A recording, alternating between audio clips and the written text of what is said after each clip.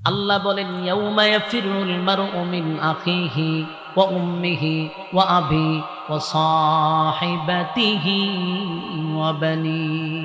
যেই সমস্ত পীরেরা বলে আমরা তোমাদেরকে সুপারিশ করব, জুতা দা 5 মিনিট বাইরানির পরে জিগাইবেন এই আয়াতের ব্যাখ্যাটা কর। জুতা দা কয় মিনিট বাড়িবেন? 5 মিনিট বাইরানির পরে কবি আয়াতের ব্যাখ্যা কর। তুই যদি সুপারিশ করে তা আল্লাহ কি কইছে? আল্লাহ কইছে, আল্লাহ কি কইছে এটাকে উত্তর দেওয়ার পরে তোর ব্যাখ্যা নিয়ে পড়ে। সূরা আদম থেকে নিয়ে ঈসা সমস্ত নবীরা সেদিন থরথর করে কাঁপতে থাকবে। আল্লাহ বলেন ইয়াউমা ইয়াফিরুল মারউ মিন আখিহি ওয়া উম্মিহি ওয়া আবি। আল্লাহ কয় সেদিন মা তার সন্তানের পরিচয় দিবে না, বাবা সন্তানের পরিচয় দিবে না। আল্লাহ নিজে কয় মা সন্তানের পরিচয় দিবে না, বাবা সন্তানের পরিচয় দিবে না। মাতৃকা বুঝি মাসির আদর বেশি। হ্যাঁ কথা কয় না? মাতৃকা কি মাসির আদর বেশি? মা পরিচয় তো না ফিরে দিব।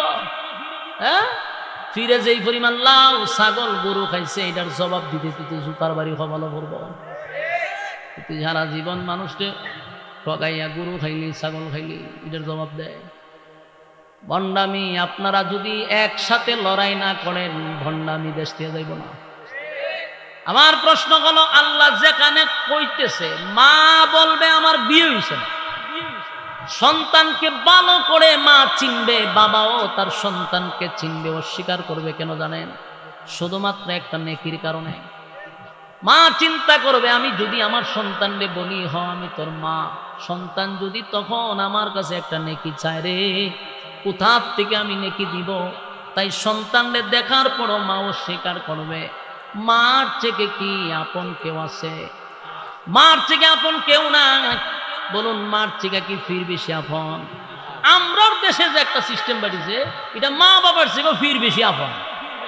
বছরে 1 কেজি গোস্ত মা বাপরে খাওয়ায় না, কিন্তু বাপরে গুরু দেলায়। হ্যাঁ ফিরে গুরু দেয়, কিন্তু মা বৃদ্ধ মা বাবা করে 1 কেজি ফল তো দূরের কথা, 1 কেজি গোস্ত বছরে খাওয়ায় না, ফিরের দরবারে হে গুরু ছাগল নিয়ে যায়। অথচ মা বাবার চিকা। আরেকটা কথা, পীরের দোয়া কবুল একটা প্রমাণ যদি কেউ দিতে পারে তাহলে আর জীবন ওয়াজি করতাম না। আমি মৌলবী জানছেন আমার দোয়া কবুল হইতেও পারে না হইতে পারে, কোনো গ্যারান্টি না, কোনো গ্যারান্টি না। কিন্তু মা বাবার দোয়া 100% গ্যারান্টি। মা বাবা যদি সন্তানের জন্য দোয়া করে এটা 100% কোনো পর্দা না, এটারে কবুল। এত বড় ফির ঘরে তো জড়া ল্যাংটারে ধরে। হ্যাঁ আশ্চর্য খারবার না এগুলা। এইগুলা তো আপনারা মনে কষ্ট পান। আমি সবচেয়ে বেশি গুলা বলতেছি এবং মৃত্যুর আগ পর্যন্ত আমার মিশন, আমার ওয়াজি বলতে থাকবো, আমি বলতেই থাকবো। আমার প্রশ্ন হলো যার দোয়া 100% কবুল তার 1 কেজি গোস্ত খাওয়া, তারে ফল খাওয়া, তারা তো 1000 টাকা দেয়, খুশি হইব। মা বাবা যদি খুশি হয় তাহলে তোর নামাজ রোজাও সব কবুল হবে, তোর হজ উমরা সব কবুল হবে।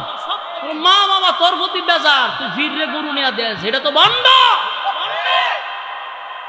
মা বাপরে অল্পতেই মানুষ খুশি করতে পারে, কিন্তু ফিরে আপনি যতই দিবেন আপনার প্রতি খুশি না। কেন খুশি না? আপনি দিয়েছেন 1000, আগের মুড়িতে দিয়ে গেছে 2000, আপনার দুই আছেন কথা কয় না, তার কাছে আপনার মূল্য নাই তো। আপনি দিয়েছেন খালা একটা মুরুখ, আরেকবার ছাগল দিয়ে গেছে, আপনার মুড়িদানের দাম নাই এর কাছে। কিন্তু মা বাবাকে আপনি 500 টাকা তো দেন, খুশি, ঠিক নেই?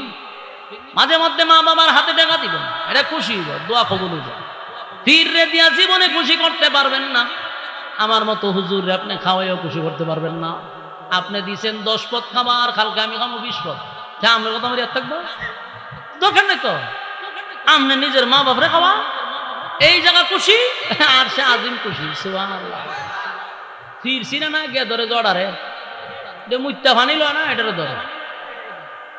আমার যুবক ভাইরা, আমাদের দায়িত্ব হলো বলা, আর আপনাদের কাজ হলো মানা।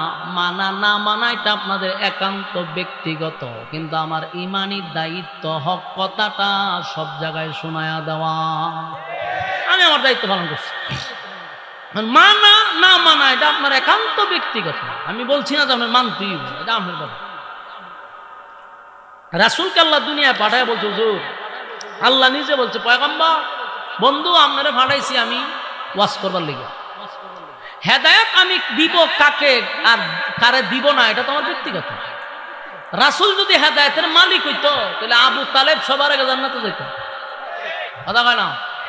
আবু তালেব সবার আগে জান্নাতে চলে যেত, কিন্তু আবু তালেব জান্নাতে যায় নাই কেন? নবী হেদায়েতের মালিক না, নবী ওয়াজ করছে, আল্লাহ সিদ্ধান্ত নিছে কারে হেদায়েত দিবে কারে দিবে না। আমরার ওয়াজ করা হইলো দায়িত্ব, হেদায়েত দিবে আল্লাহ, কথা ঠিক।